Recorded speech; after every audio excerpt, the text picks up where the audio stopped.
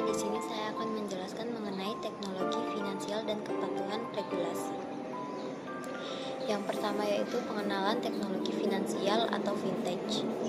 Nah, vintage itu telah mengubah industri keuangan dengan teknologi seperti API atau antarmuka pemrograman aplikasi yang memungkinkan integrasi fungsionalitas dari berbagai sumber seperti bank dan perusahaan pembayaran untuk meningkatkan efisiensi dan keamanan transaksi. Nah, selanjutnya itu layanan spesialis. Nah, vintage juga telah menciptakan layanan spesialis seperti PayPal, Apple Pay, dan Stripe yang menawarkan kemudahan dalam pembayaran internasional dan pinjaman, serta memungkinkan akses yang lebih murah ke transfer luar negeri.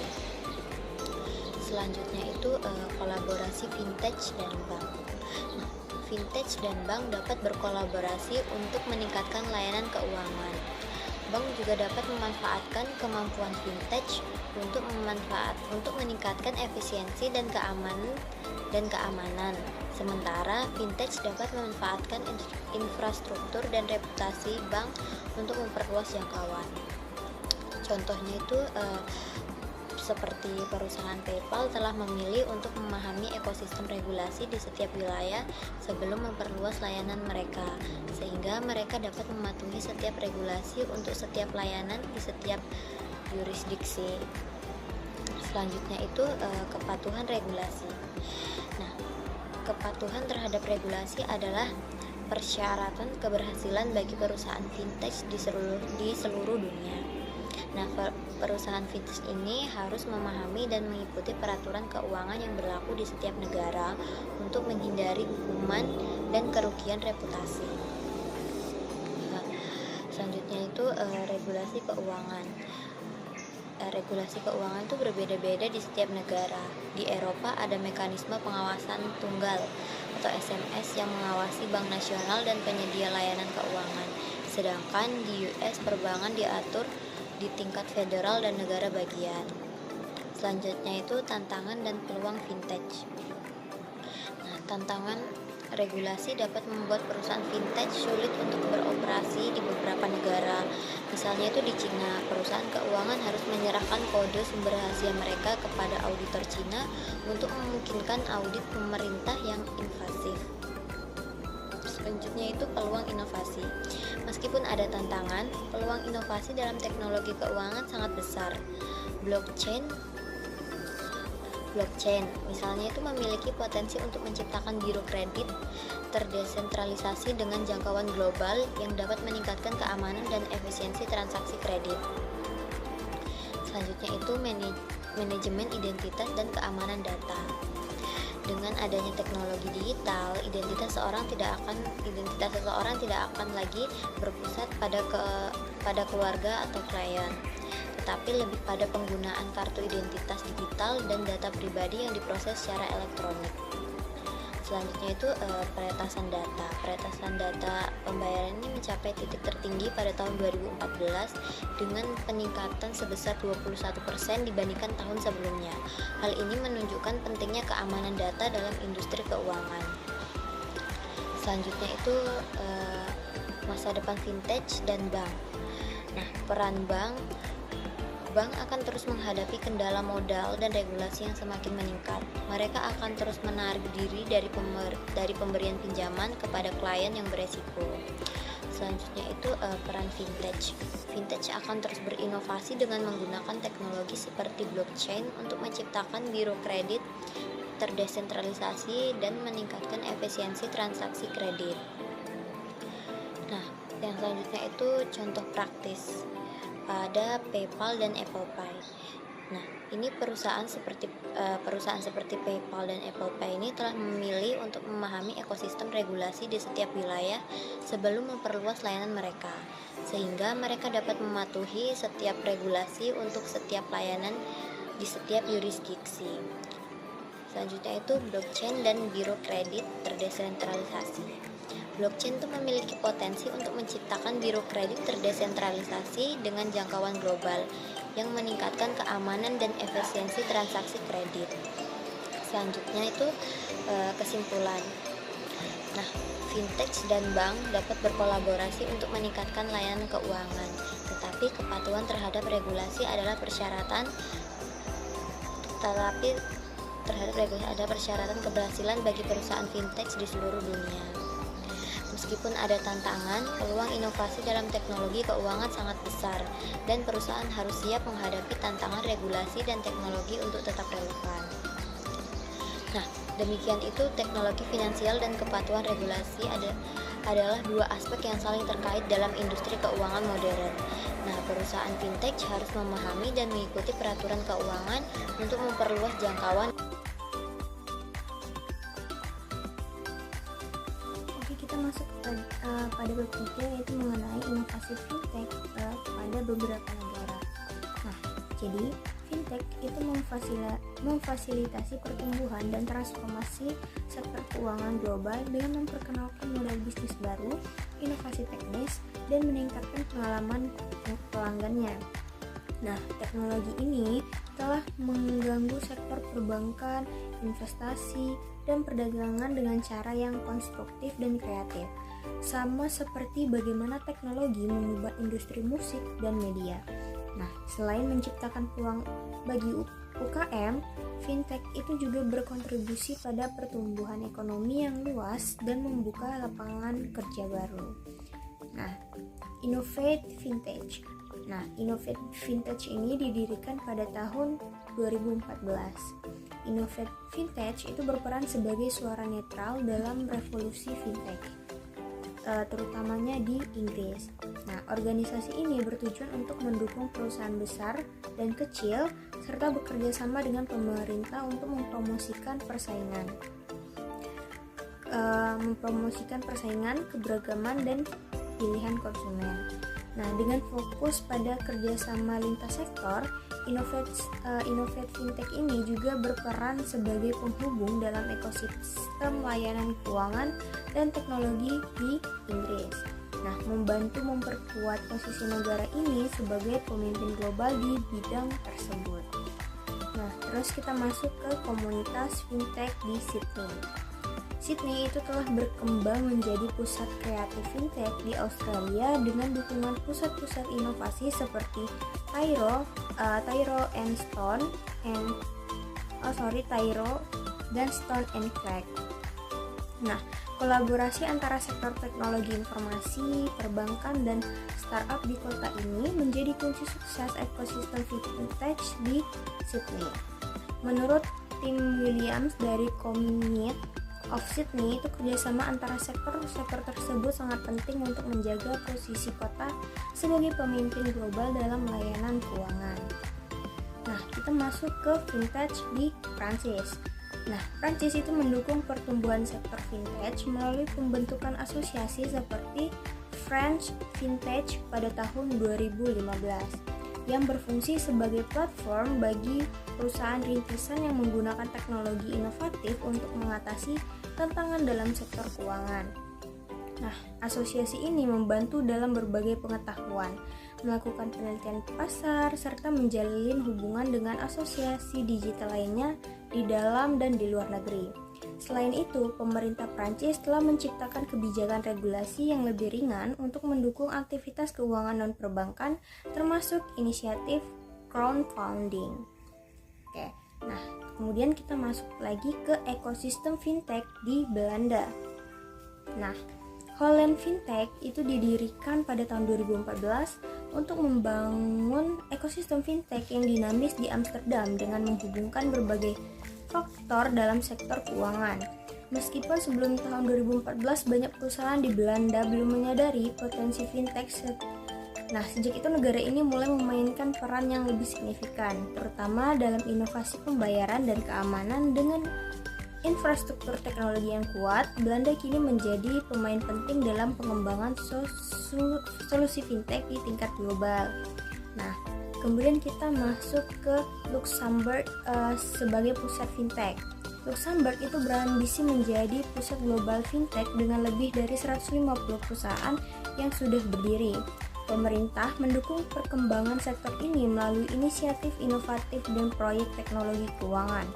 Negara ini dianggap sebagai tempat ideal untuk ekspansi internasional karena infrastruktur bisnis yang kuat. Namun, tantangan utamanya adalah terus berinovasi dalam menghadapi perkembangan teknologi global. Nah, kemudian kita masuk ke Vienna dan pembayaran non-tunai. Meskipun Vienna itu masih didominasi oleh transaksi tunai, kota ini memiliki potensi besar dalam mengadopsi pembayaran non-tunai berkat infrastrukturnya yang efisien. Namun, tantangan utamanya adalah budaya transaksi tunai yang masih kuat di Austria meskipun teknologi untuk pembayaran digital itu terus berkembang. Nah, selanjutnya kita masuk ke ekosistem vintage di India. Nah, India itu merupakan salah satu pasar vintage dengan pertumbuhan tercepat, terutama karena banyak penduduknya yang belum terlayani oleh layanan keuangan tradisional. Nah, vintage itu berperan penting dalam memperluas akses ke layanan keuangan, terutama di daerah pedesaan. Investasi besar dari sektor publik dan swasta itu mempercepat pengembangan infrastruktur keuangan berbasis teknologi di India. Nah, terakhir yaitu Singapura sebagai hub vintage di Asia Tenggara. Singapura itu telah menjadi pusat vintage global dengan lebih dari 100 perusahaan rintisan, dukungan teknologi canggih, sistem finansial yang matang, dan regulasi yang kondusif telah memperkuat posisinya. Negara ini juga proaktif menarik perusahaan vintage global melalui kebijakan pro-bisnis dan lingkungan inovasi yang kompetitif.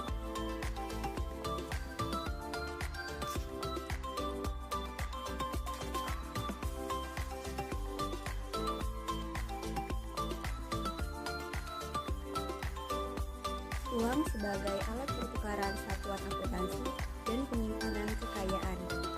Sebelumnya, penting untuk membedakan antara uang, kekayaan, dan pendapatan, yang mana kekayaan adalah total semua aset yang mungkin dimiliki seseorang.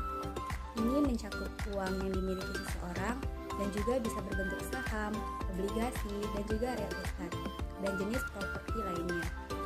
Sedangkan pendapatan adalah aliran pendapatan selama periode waktu tertentu. Pendapatan ini dapat mencakup berbagai aliran seperti upah, sewa, dan dividen. Lalu, apa sih peran dari uang? Yang pertama itu, uang dapat memfasilitasi pertukaran. Nah, ciri-ciri uang yang menjadikan uang itu sebagai alat tukar yang baik, yang pertama adalah efek penerimaan atau jaringan yang luas. Yang kedua ada tidak rentan terhadap volatilitas ekstrim. Lalu yang ketiga ada kepercayaan dalam mendukung. Yang keempat ada terstandarisasi. Yang kelima ada ukuran dan denominasi yang tepat.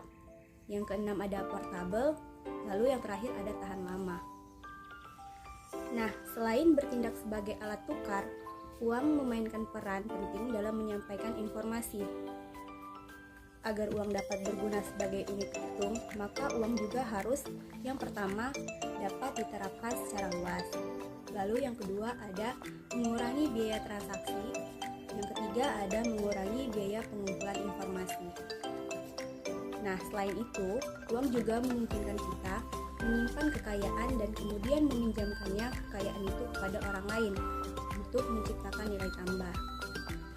Nah, tanpa uang, jika kita bekerja selama 1 tahun, kita akan mengumpulkan inventaris produk kita ditambah dengan sejumlah barang yang kita miliki yang dapat kita perdagangkan. Nah, kita akan membutuhkan ruang fisik untuk penyimpanan dan berisiko mengalami pencurian, pembusukan, atau kerusakan lainnya. Agar uang dapat berfungsi sebagai penyimpan nilai, maka uang juga harus yang pertama menyimpan daya beli untuk konsumsi selanjutnya. Yang kedua, ada menyediakan transfer modal untuk tujuan ekonomi yang lebih tinggi. Yang ketiga, ada tidak adanya hyperinflasi. Maksudnya di sini adalah jika nilai uang menurun dengan cepat, orang tidak akan mau memegang uang dan juga kegunaannya sebagai penyimpan nilai itu akan terganggu. Nah, ini adalah kasus ketika ekonomi mengalami hyperinflasi. selanjutnya, bagaimana sih uang itu dapat diukur? Nah, seperti yang sudah dibahas sebelumnya, bahwa uang itu memainkan peran yang banyak, yaitu sebagai alat tukar, sebagai unit akun, dan sebagai penyimpan nilai. Namun, uang juga memiliki banyak bentuk dan sistem Federal Reserve yang mendefinisikan dan menghitung beberapa ukuran pasokan uang yang berbeda. Nah, ukuran standarnya itu adalah basis moneter, M1 dan juga M2. Nah, materi selanjutnya adalah sistem keuangan yang meliput cara kerja kartu kredit dan juga kartu debit. Nah, dalam pembelian kartu kredit itu, uang muka kredit kepada pengguna oleh bank penerbit, yang mana pengguna itu harus membayar kembali pinjaman dalam jangka waktu tertentu atau membayar bunga atas saldo yang belum dibayar. Nah, suku bunga yang dibebankan kepada saldo kartu kredit ini seringkali merupakan suku bunga tertinggi yang harus dibayar oleh konsumen. Nah, jika konsumen secara konsisten melunasi saldo dalam periode laporan bulanan, kartu kredit yang merupakan pinjaman dapat bisa menjadi pinjaman tanpa bunga. Lalu yang kedua ada kartu debit, yang mana kartu debit ini digunakan untuk menarik dana yang ada dari akun pengguna. Ini bukan pinjaman. Oleh karena itu, tidak ada bunga yang dibebankan dan tidak ada pembayaran bulanan. Intinya, dalam pemrosesan ini ada 4 pihak dalam setiap transaksi. Yang pertama itu ada pemegang kartu, yang kedua ada pedagang, yang ketiga ada bank penerbit, dan yang terakhir ada pengakuisisi. Nah, pengakuisisi ini menyediakan layanan pemrosesan pembayaran seperti otorisasi, clearing, dan penyelesaian kepada pedagang dan biasanya berupa bank. Selanjutnya ada sistem keuangan ACH dan bagaimana jaringan ACH ini bekerja. Nah, sebelumnya perlu diketahui bahwa ACH ini adalah jaringan elektronik untuk pemrosesan transaksi keuangan di antara lembaga penyimpanan yang berpartisipasi. Salah satu fitur menarik dari layanan ACH adalah biaya yang sangat rendah dan bahkan seringkali tidak ada biaya bagi penggunanya. Nah, ada 4 kategori penting dari jaringan ACH ini. Yang pertama ada penggajian di hari yang sama, yang kedua ada pembayaran tagihan yang dipercepat, lalu yang ketiga ada pembayaran bisnis ke bisnis, lalu yang terakhir ada transfer antar akun. Namun di sisi lain ada beberapa batasan dari transfer ACH ini yang meliputi yang pertama, bank dapat menetapkan batasan jumlah yang dapat dipindahkan. Lalu yang kedua ada pemrosesan batch, yang ketiga ada biaya untuk dana yang tidak mencukupi, lalu yang terakhir ada transfer internasional tidak didukung dan pembatasan pada rekening tabungan. Materi selanjutnya akan berkaitan dengan mata uang digital atau yang sering disebut dengan kripto. Salah satunya itu ada Bitcoin. Nah, mengapa sih kita perlu atau harus tahu mengenai Bitcoin ini?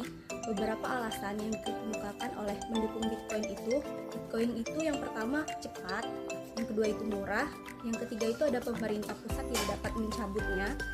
Lalu yang keempat itu ada tidak adanya pengembalian dana.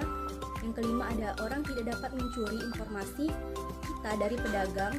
Lalu yang keenam ada tidak bersifat inflasi. Yang ketujuh ada bisa atau biasanya anonim. Lalu yang terakhir itu ada kepemilikan yang bersangkutan. Jadi kepemilikan itu biasanya pribadi. Nah, beberapa keuntungan mata uang ini juga bisa kita ketahui bahwa biasanya Bitcoin ini di luar kendali dari pemerintah, yang berarti bahwa mata uang ini dapat digunakan untuk tujuan yang wajar seperti melindungi pengguna dari inflasi. Tapi mata uang ini juga memiliki beberapa kerugian. Yang pertama ada biasanya bisa digunakan untuk membeli barang-barang ilegal, untuk mencuci uang, dan untuk menghindari pajak. Nah, batasan dari Bitcoin ini adalah jika mata uang kripto ini meningkat secara dramatis, maka uang ini dapat mempengaruhi efektivitas kebijakan moneter dengan dampak yang berpotensi merugikan pada ekonomi makro. Nah, karena semua alasan ini, kemungkinan besar pemerintah itu akan meningkatkan pengawasan terkait Bitcoin atau mata uang kripto yang semakin populer. Yang selanjutnya itu saya akan menjelaskan mengenai blockchain, yaitu suatu bentuk teknologi buku besar yang terdistribusi. Perlu diketahui bahwa blockchain ini adalah teknologi yang mendasari mata uang kripto seperti Bitcoin, yang mana teknologi ini berupa buku besar terdistribusi, yang artinya itu data transaksi disimpan ini di banyak Data transaksi ini disimpan di banyak tempat sekaligus dan tidak tergantung pada satu pihak yang verifikasi. Dalam blockchain ini, transaksi dikumpulkan dalam blok-blok yang saling terhubung dan biasanya membutuhkan bukti kerja dari pihak yang memverifikasi. Nah, keunggulan dari blockchain ini adalah kemampuannya untuk melakukan transaksi langsung antara dua pihak tanpa perantara, seperti bank atau penyedia kartu kredit, yang mana kita bisa mengurangi dan lebih mempercepat proses.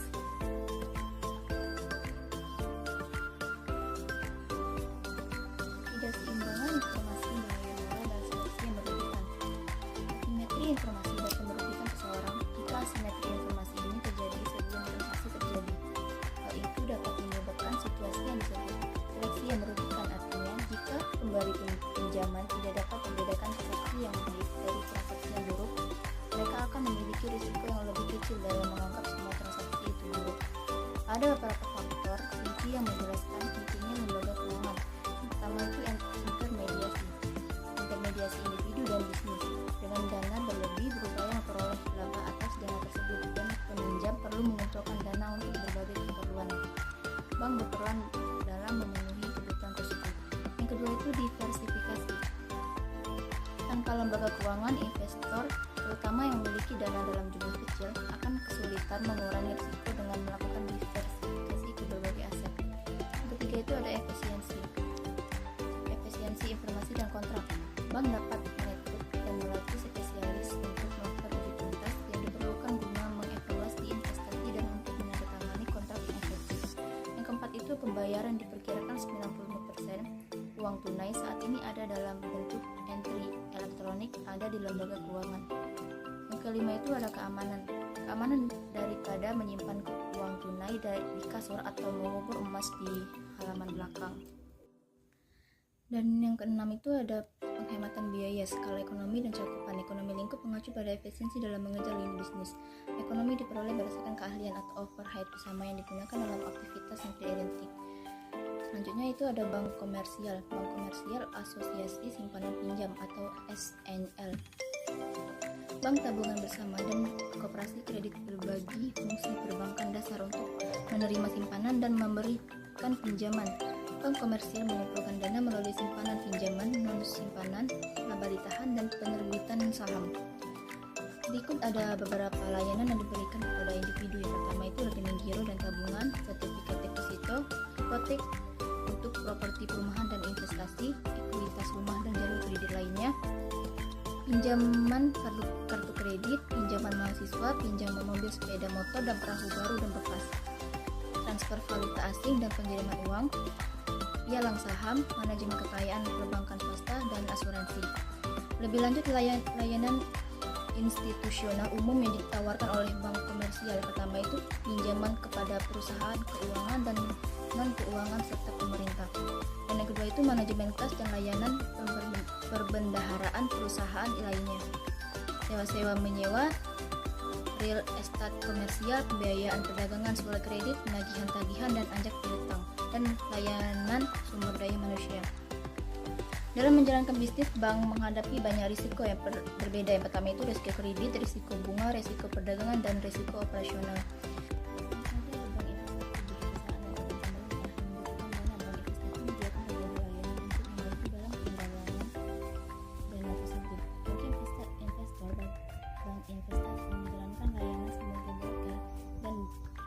Dalam memasarkan layanan dan produk keuangan. Beberapa bank investasi adalah butik yang hanya akan fokus pada suatu aktivitas seperti merger dan akuisisi.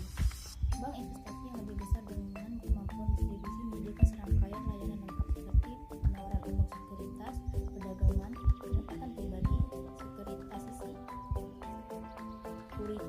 merger dan akuisisi, perbankan dagang, nasihat restrukturisasi, pembiayaan sekuritas, pialang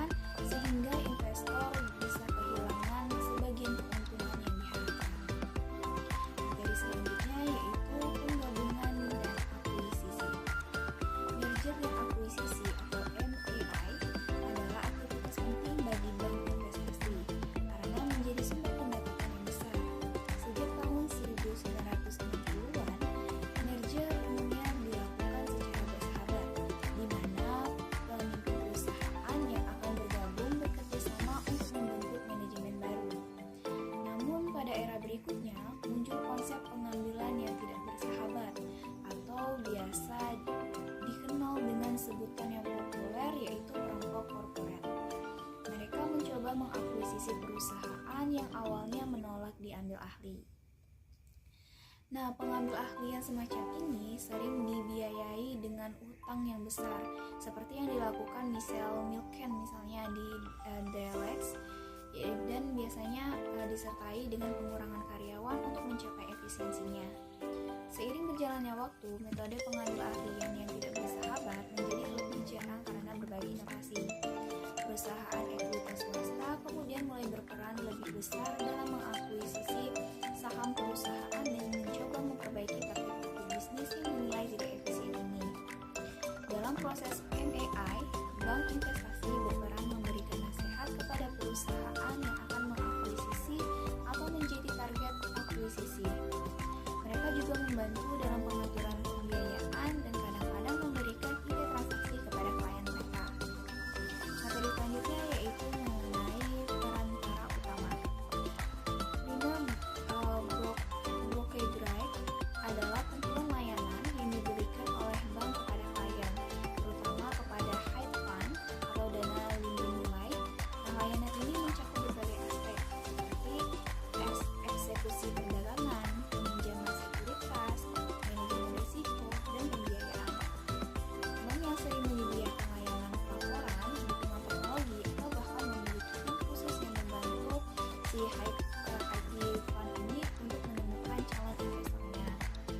Nah, hedge fund ini adalah sumber pendapatan penting bagi bank, sehingga mereka selalu berusaha untuk memberikan segala dukungan yang dibutuhkan hedge fund ini untuk mengelola dan juga mengembangkan bisnis mereka. Dengan menawarkan layanan yang komprehensif ini, bank dapat membantu hedge fund beroperasi lebih efisien dan mengoptimalkan strategi investasi mereka. Materi selanjutnya yaitu mengenai kebijakan moneter non-konvensional. Kebijakan moneter non-konvensional diperkenalkan sebagai respon terhadap krisis keuangan global untuk mendukung perekonomian dan juga sistem keuangan. Dua contoh utama kebijakan ini yang digunakan oleh Federal Reserve adalah sebagai berikut. Yang pertama itu adalah pelonggaran kuantitatif. Ini adalah proses di mana PNB membeli aset keuangan seperti obligasi pemerintah dan juga sekuritas hipotek dalam jumlah yang besar untuk meningkatkan jumlah uang yang beredar. Tujuannya adalah untuk mendorong peminjam dan investasi dengan membuat biaya peminjaman lebih rendah dan menyediakan likuiditas tambahan ke pasar. Yang kedua ada operasi twins. Ini melibatkan pembelian obligasi jangka panjang dan penjualan obligasi jangka pendek untuk mengubah komposisi portofolio aset PNB tanpa menambah total aset. Kedua kebijakan ini digunakan untuk mendukung perekonomian ketika suku bunga konvensional sudah mendekati nol dan tidak cukup untuk mendorong pertumbuhan ekonomi. Selanjutnya mengenai shadow banking, perantara keuangan lainnya. Ada beberapa jenis layanan keuangan lain yang menyediakan pembiayaan di luar modalitas tradisional dan saat ini tidak berada dalam cakupan regulasi federal.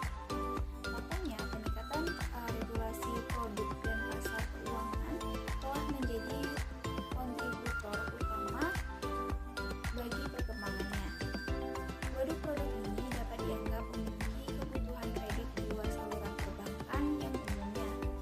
Aktivitas ini disebut dengan shadow banking yang diperkirakan hampir 34.000 triliun kredit disediakan melalui saluran ini, dan banyak layanan fintech termasuk dalam kategori umum ini. Selanjutnya yaitu inovasi historis di lembaga keuangan besar. Nah, munculnya shadow banking ini hanyalah manifestasi terbaru dari inovasi di bidang keuangan. Banyak produk fintech yang termasuk dalam klarifikasi ini dan gelombang disruptif fintech saat ini dapat diperdebatkan sebagai kekuatan yang paling signifikan dan luas jangkauannya